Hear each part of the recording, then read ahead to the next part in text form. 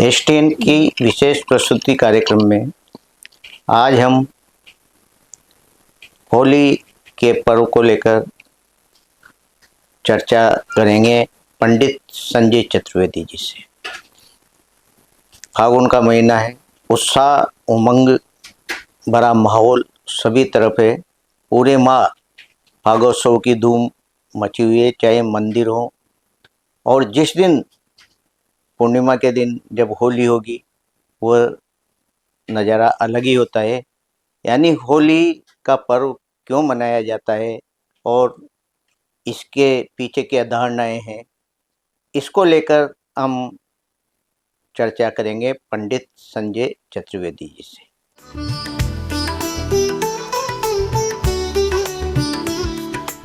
पंडित चतुर्वेदी जी, आपका हमारे स्टूडियो में बहुत बहुत स्वागत है। धन्यवाद। पंडित जी, फागुन का महीना है, होली आ गई कल परसों, तो होली का पर्व क्यों मनाया जाता है? देखो, होली का पर्व फागुन के महीने में मनाया जाता है। भारतीय संस्कृति, जो हमारी संस्कृति है, इसमें पूरी तरह से भौगोलिक और वैज्ञानिक पद्धति से पूरी तरह से जुड़ी हुई है। जब जब भी उत्साह वर्धन का समय आता है तभी उत्सव मनाया जाता है। बिल्कुल। जब जब भी परिवर्तन का समय होता है, भारतीय वातावरण में 3 ऋतुएं होती है, और तीनों ऋतुओं में जब जब भी परिवर्तन होता है तो निश्चित तौर पर मानव की प्रवृत्ति में नकारात्मकता उत्पन्न होती है, उत्साह विहीनता उत्पन्न होता है। तो व्यक्ति कार्य कब अच्छे से कर सकता है? जब उसके मन में उत्साह बना रहे। उत्साह किससे उत्पन्न होता है या किससे वृद्धि होती है उत्साह की? उत्सव से। तो जब भी हमारे यहाँ पर वातावरण में परिवर्तन होता है तब तब ही उत्सव मनाया जाता है। तो होली का पर्व जिस प्रकार से हम देख रहे हैं कि सर्दी जा रही है और गर्मी के मौसम का आगमन हो रहा है, तो ये ऋतु परिवर्तन का जो समय है, इसमें व्यक्ति में उत्साह बना रहे, उत्सव मनाया जाता है होली का। तो होली का उत्सव का दूसरा एक और महत्व कि शिव और शक्ति, 15 दिन पहले हमने भगवान शिव की उपासना की, भगवान शिव की अभिषेक किया। महाशिवरात्रि जो महत्वपूर्ण दिन होता है, भगवान शिव का महत्वपूर्ण दिन आज से यानी होली के उत्सव से बिल्कुल 15 दिन पहले, और बिल्कुल 15 दिन बाद शक्ति का आगमन। देवी उपासना के लिए जो वासंतिक नवरात्रा की शुभारंभ है, वह आज से 15 दिन बाद होने जा रहा है। यानी फाल्गुन मास की जो पूर्णिमा है, होली का दिवस है आज का दिन। आज से 15 दिन पहले फाल्गुन कृष्ण चतुर्दशी को महाशिवरात्रि, और फाल्गुन शुक्ला पूर्णिमा के बाद यानी फाल्गुन के बाद में जो चैत्र का महीना आता है, उसमें वासंतिक नवरात्रा की शुरुआत। तो शिव और शक्ति के उपासना के बीच का जो 15 दिन बिल्कुल बीच का जो दिवस है, यह अत्यंत ही महत्वपूर्ण दिवस जो दारुण रात्रि के रूप में होली का उत्सव के रूप में मनाया जाता है। हमारे यहाँ पर जो संप्रदाय है, शाक्य संप्रदाय है, यानी देवी की उपासना करने वाले संप्रदाय है, इसमें 4 रात्रियां उपासना के लिए अत्यंत श्रेष्ठ मानी जाती है। कौन कौन सी? महारात्रि, कालरात्रि, महारात्रि, मोहरात्रि और दारुण रात्रि। तो कालरात्रि जो दीपावली की रात्रि है, उस समय भी आप देखिए सर्दी का आगमन होता है और गर्मी का विसर्जन होता है। यह कालरात्रि के समय पर दीपावली का उत्सव हम लोग देवी उपासक मनाते हैं। उसके बाद महारात्रि, तो जो महाशिवरात्रि है, शिवरात्रि है, महाशिवरात्रि को शिव पूजन की जाती है और देवी उपासक भी माता देवी का उपासना करते हैं। तो शिव और शक्ति की उपासना का दिन शिवरात्रि का दिन। फिर उसके बाद आता है दारुण रात्रि, जो होली की रात्रि है, जिसमें जितने भी दारुण कष्ट कठिन प्रकार से जितने भी दुख होते हैं उन सब का नाश करने वाला आज का दिन होता है। आज के दिन जो भी देवी की उपासना करता है उसके बड़े बड़े दारुण दुख भी नष्ट हो जाते हैं। तो ये आज का इतना महत्वपूर्ण दिन है। और मोह रात्रि जो जन्माष्टमी की रात्रि है, जब भगवान कृष्ण का जन्म हुआ, जो वर्षा ऋतु में होती है। जब ग्रीष्म ऋतु जाकर के वर्षा ऋतु का आगमन होता है, भाद्रपद मास होता है, तो भाद्रपद मास में मोहरात्रि मनाई जाती है। तो आज हम बात कर रहे हैं इस दारुण रात्रि की। तो दारुण रात्रि सभी प्रकार के दारुण दुख कष्टों का नाश करने वाली रात्रि होती है। इस रात्रि में सभी लोगों को भगवती देवी की उपासना करना चाहिए। अपने जो भी जिस स्वरूप में भी भगवती की उपासना करते हैं, या जो भी जिसको आराध्या मानते हैं, देवी मानते हैं, उसी की उपासना आज के दिन आपको करना चाहिए। और होली का उत्सव महत्वपूर्ण उत्सव होता है। पंडित चतुर्वेदी साहब, होलिका के पीछे की कहानी क्या है?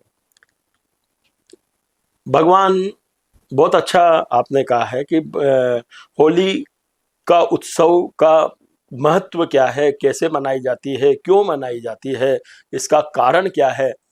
तो भगवान विष्णु के यहाँ दो द्वारपाल रहे, जय और विजय जी। सत्य सनत कुमार जो ब्रह्मा जी के पुत्र रहे हैं, भगवान विष्णु के रोजाना दर्शन करने जाते थे। भगवान के दर्शन करने से एक दिन जय और विजय ने उनको रोक दिया कि आप अंदर बैकुंठ में भगवान के दर्शन के लिए नहीं जा सकते हैं। उन्होंने जय और विजय को श्राप दे दिया कि तुम राक्षस बन जाओ, और भगवान के दर्शन करने के लिए चले गए। सत्य सनातन और सनत कुमार बहुत शक्तिशाली, बहुत ही तपस्वी और ब्रह्मा जी के पुत्र, उनका जो भी शाप था या उनका जो भी आशीर्वाद होता है वो खाली नहीं जा सकता है, उसको भगवान विष्णु भी खत्म नहीं कर सकते हैं। जब इस प्रकार का शाप मिला, जय और विजय भगवान विष्णु के चरणों में गिर गए। भगवान ने सनत कुमार, सनातन, इन चारों भाइयों से कहा कि इस शाप को आप वापस लीजिए। कहा कि हम शाप तो वापस नहीं ले सकते हैं, पर इसका निराकरण हम बता सकते हैं आपको, कैसे करें। तो क्या है कि आपको 3 बार पृथ्वी पर राक्षस के रूप में जन्म लेना पड़ेगा। तो ये दोनों जो जय और विजय जो भगवान के पार्षद बैकुंठ लोक में थे, वह हिरण्याक्ष और हिरण्यकश्यप के नाम से पृथ्वी पर राक्षस के रूप में पैदा हुए, और उनकी बहन एक सिंगिका के नाम से पैदा हुई। राक्षस कुल में जन्म नहीं हुआ, परंतु प्रकृति उनकी राक्षस रही। भगवान की आराधना जन्म जन्मांतर तक करी और भगवान के पार्षद रहे, इसलिए संस्कार भगवत आराधना के। तो उन्होंने तपस्या की, तीनों भाई बहनों ने, यानी सिंगिका ने और हिरण्याक्ष और हिरण्यकश्यप, तीनों ने बहुत ही तपस्या की और भगवान ब्रह्मा जी से वरदान भी प्राप्त किए, बहुत सारे वर प्राप्त किए। हिरण्यकश्यप को भगवान ब्रह्मा जी के द्वारा वरदान प्राप्त हुआ कि तुम्हें ना तो मनुष्य मार सकता है, ना तुम्हें जानवर मार सकता है, न तुम पृथ्वी पर मर सकते हो इस प्रकार का, न तुम आकाश में मर सकते हो इस प्रकार का उसे आशीर्वाद ब्रह्मा जी के द्वारा हिरण्यकश्यप को मिला। हिरण्याक्ष को भी इसी प्रकार से कि कोई भी मनुष्य तुम्हें यहाँ पर नहीं मार सकता है, इस प्रकार दोनों को तपस्या का वरदान मिला। इनकी बहन जो सिंगिका रही है, सिंगिका ने भी भगवान की आराधना की, तपस्या की। ब्रह्मा जी ने उन्हें भी आशीर्वाद दिया कि तुम्हें कोई भी अग्नि नहीं जला सकती है। तुम जब भी एक चादर, एक कम्बल भगवान के द्वारा उसको प्राप्त हुआ कि तुम इस चादर को ओढ़ करके कहीं भी जहां भी रहोगी वहां पर ही तुम्हें अग्नि का भय नहीं रहेगा, अग्नि नहीं जला सकती है। प्रहलाद का जन्म हिरण्यकश्यप के यहां पर हुआ। हिरण्यकश्यप राक्षस प्रवृत्ति का व्यक्ति और भगवान का विरोधी, भगवान विष्णु का परम विरोधी, भगवान विष्णु का हरि नाम लेने वाले व्यक्ति उसका सबसे बड़ा विरोधी और उसको मारने को तैयार। तो उनके राज्य में उनने सब जगह कह दिया कि कोई भी ऋषि मुनि मेरी पूजा करेगा तो यहाँ पर जीवित रहेगा, और मेरी पूजा नहीं करेगा और विष्णु को मानेगा तो उसको खत्म कर दिया जाएगा, उसको नष्ट कर दिया जाएगा। इस प्रकार से उसने कई ऋषि मुनियों को समाप्त किया, उन्हें मार दिया। राक्षस प्रवृत्ति पर उसके यहाँ पर जो पुत्र का जन्म हुआ प्रहलाद का, जो पूर्ण रूप से भगवान का भक्त, भगवान की आराधना करने वाला। प्रहलाद भगवान की आराधना करता, जहां जहां भी बच्चे एक साथ बैठते वहां पर ही हरि नाम कीर्तन करता, स्कूल में भी हरि का उपासना करता। अध्यापक जो भी उनको पढ़ाने वाले थे वो भी कहते कि भाई हमारे ऊपर कोई आंच ना आए, हिरण्यकश्यप हमारे लिए परेशानी का कारण ना बने, इसलिए बार बार हिरण्यकश्यप को कहते रहे कि आपका पुत्र हमारे बस में नहीं है, ये हरि नाम कीर्तन करता है और अन्य बच्चों को भी बिगाड़ रहा है। हिरण्यकश्यप ने प्रहलाद को बहुत यातनाएं दी, पहाड़ से गिरा दिया, बहुत, जिस प्रकार जितनी यातनाएं दे सकता था हिरण्यकश्यप, हर प्रकार से प्रहलाद को यातना देने का प्रयास किया और यातनाएं दी। परंतु प्रहलाद दृढ़ संकल्प था कि मैं तो हरि की शरण में ही रहूंगा, हरि की शरण से नहीं आ सकता। हिरण्यकश्यप ने परेशान होकर के अपनी बहन को सिंगिका को बुलाया, सिंगिका से कहा कि सिंगिका तुम्हें अग्नि नहीं जला सकती है, तुम इस बालक को अपनी गोद में लेकर के अग्नि में बैठ जाओ, ये बालक नष्ट हो जाएगा, ये मेरे लिए बहुत ही परेशानी का कारण बन रहा है। मैं सब लोगों को हरि नाम संकीर्तन से वंचित कर सकता हूं और सबको मैंने रोका हुआ है, मैं सबको दंडित कर सकता हूं, मेरे पुत्र को मैंने इतना दंडित किया है, परंतु मैं इसके सामने हारा जा रहा हूं, हार रहा हूं। तुम इसको नष्ट कर दो, इसको खत्म कर दो, मार दो, इसको अग्नि में जला दो। तो आज के दिन ही, यानी फाल्गुन शुक्ला पूर्णिमा का दिन था, सायंकाल का समय था, सिंगिका ने अपनी चादर ओढ़ी और बहुत अच्छा एक चिता बनाया और चिता बना करके उस चिता पर सिंगिका चादर ओढ़ करके बैठ गई। प्रहलाद को गोद में लिया, प्रहलाद हरि नाम कीर्तन करता हुआ, हरि का स्मरण करता हुआ भगवान का ओम नमो भगवते वासुदेवाय, ओम नमो भगवते वासुदेवाय का जप करता हुआ सिंगिका की गोद में बैठ गया। बालक, 5 वर्ष का बालक प्रहलाद, जो भगवान की आराधना में लीन था, जब हिरण्यकश्यप की आज्ञा के अनुसार चिता में आग लगाई गई, एकदम तेज वेग से हवा चली और सिंगिका का चादर उड़ करके और प्रहलाद के ऊपर गिर गया। सिंगिका का चादर हट गया, उसे वरदान मिला था कि जब भी तुम चादर ओढ़ करके इस चादर के साथ में किसी भी अग्नि में रहेंगे, चिता में रहेंगे, तो वो अग्नि भय तुम्हें नहीं होगा, अग्नि तुम्हें नहीं जला सकती है। तो वो चादर कहते हैं कि प्रहलाद के ऊपर गिर गया, तो प्रहलाद तो भगवत कृपा से बच गया और सिंगिका जो होलिका के नाम से बाद में जानी गई, तो उस समय पर होलिका उसी चिता में जल गई। तो यही कहा जाता है कि अपने विचारों की शुद्धता यदि हम रखते हैं और विचारों में अगर सकारात्मकता हम रखते हैं ईश्वर की कृपा से हमें कहीं भी हार नहीं माननी पड़ती है। परंतु यदि आपके विचारों में नकारात्मकता है, द्वेषता है, तो निश्चित तौर पर आपको उस द्वेषता का, नकारात्मकता का नकारात्मक परिणाम भोगना ही पड़ेगा। इतना अच्छी शिक्षा इस होलिका दहन के स्वरूप में हमें प्राप्त होती है।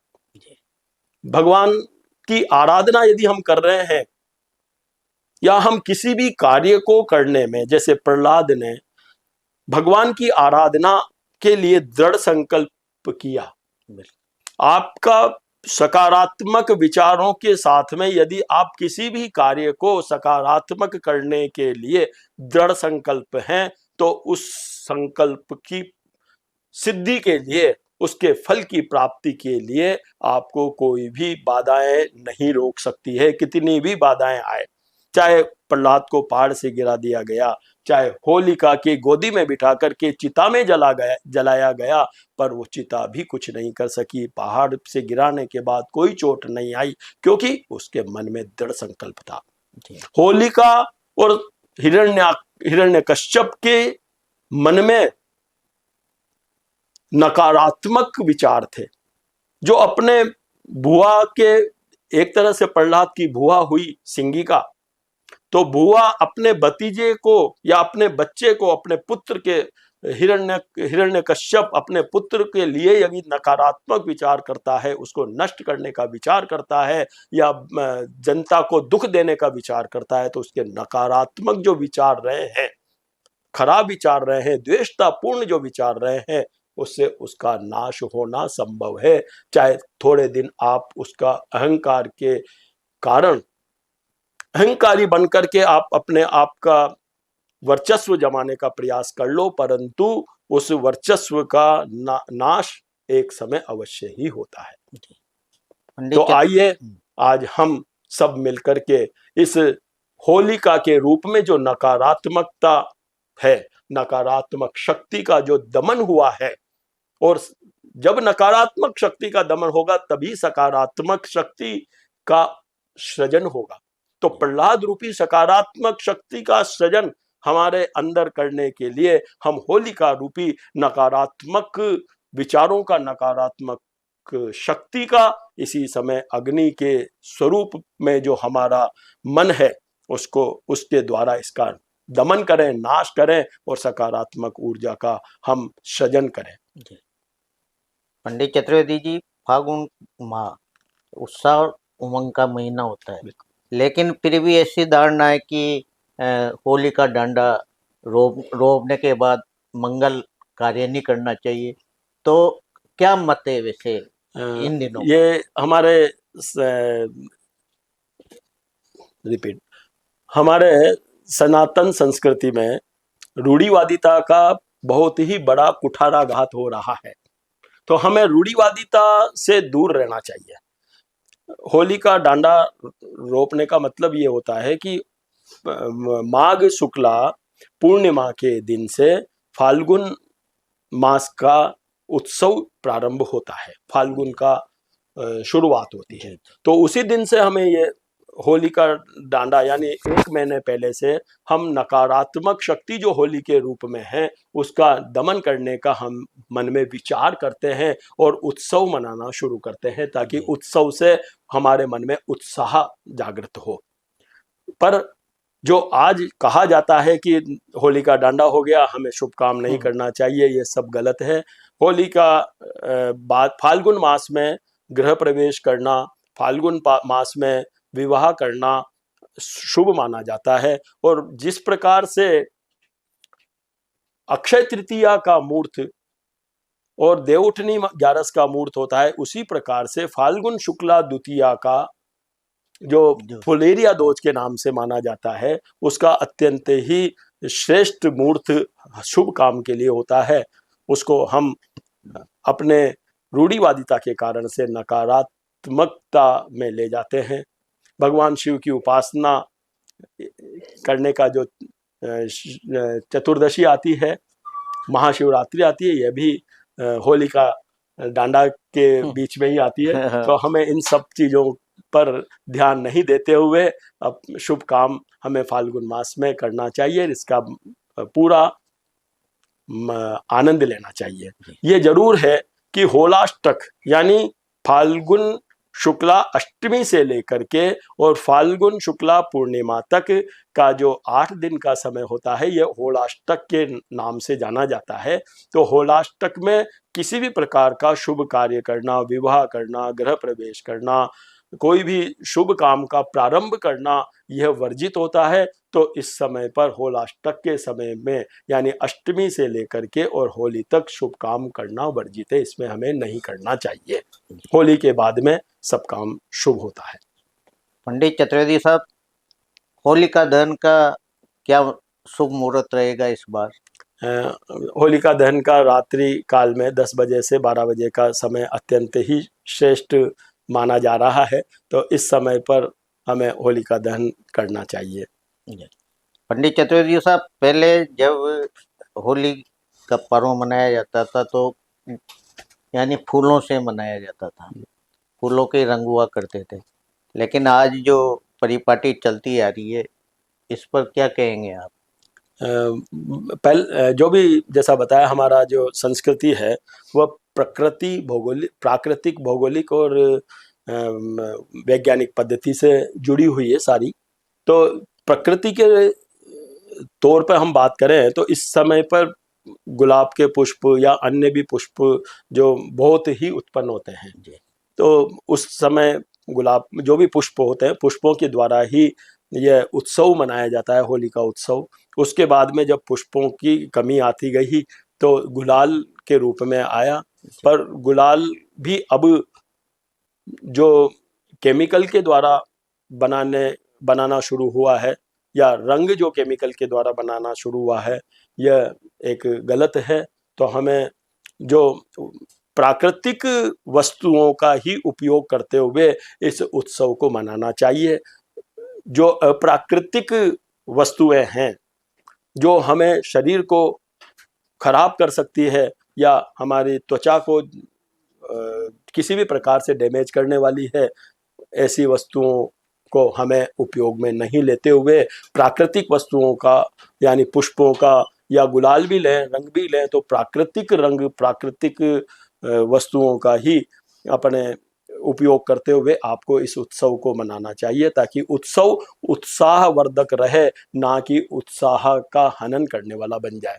जी पंडित चतुर्वेदी साहब, ये उत्तर भारत का सबसे बड़ा पर्व माना जाता है। क्या देश भर में भी इस तरह, जैसे बरसाना की होली ये उत्तर भारत की है, तो भारत के अन्य प्रांतों में भी इस तरह का कोई त्योहार या अलग तरह से मनाया जाने वाला हो? उत्तर भारत का सबसे महत्वपूर्ण त्योहार है, परंतु यूं देखें तो पूरे भारत में ही होली का उत्सव मनाया जाता है। विशेष तौर पर भगवान कृष्ण जो एक संगठन को बनाने वाले थे, सबको साथ में लेके चलने वाले थे, जिनने अपना उद्देश्य ही सबको एकत्रित करके, सबको एक बना करके चलना अपना उद्देश्य रखा। तो सबको एकत्रित करने के लिए, सबको का उत्साहवर्धन करने के लिए मथुरा में, बरसाना में भगवान कृष्ण ने अपनी सखियों के साथ में, अपने मित्रों के साथ में होली का उत्सव बहुत ही अच्छे ढंग से प्राकृतिक रंगों के साथ में मनाया, जल के साथ में मनाया। वहाँ जमुना जी का जल अत्यंत पवित्र मानते हैं, तो जमुना जल में लाल और पीले रंग के पुष्पों से बनाया गया रंग ऐसे मिला करके, केसरिया रंग, केसर मिला करके केसर के रंग से भगवान कृष्ण ने अपने गोपियों के साथ में, गोप ग्वालों के साथ में आनंद पूर्वक इस त्योहार को मनाया है। क्योंकि ये त्योहार सभी समाज को संगठित करने वाला त्योहार है। सभी जाति, धर्म, सब लोगों को एक मिला करके एक साथ ये त्योहार मनाने वाला ऐसा त्योहार है। तो भगवान कृष्ण ने बरसाना में अपने सभी जात पात सबको दूर करते हुए, ऊंच नीच सब लोगों की ऊंच नीचता को खत्म करते हुए, अपने गोपगालों के साथ में, पूरे गांव के साथ में उत्साह पूर्वक जब से ये बरसाना में और मथुरा में, गोकुल में होली का उत्सव मनाया, तब से ही आज तक बरसाना की होली महत्वपूर्ण होली और बहुत ही उत्सव के रूप में मनाई जाने वाली होली का उत्सव हो गया। ये थे पंडित संजय चतुर्वेदी जी, जिन्होंने होली पर्व के बारे में पूरी जानकारी आप तक पहुंचाई। मुहूर्त क्या रहेगा, होली किस तरह मनाई जानी चाहिए, ये सारी जानकारी आप तक पहुंचाई। आज ये हमारे स्टूडियो में पधारे। नमस्कार। नमस्कार।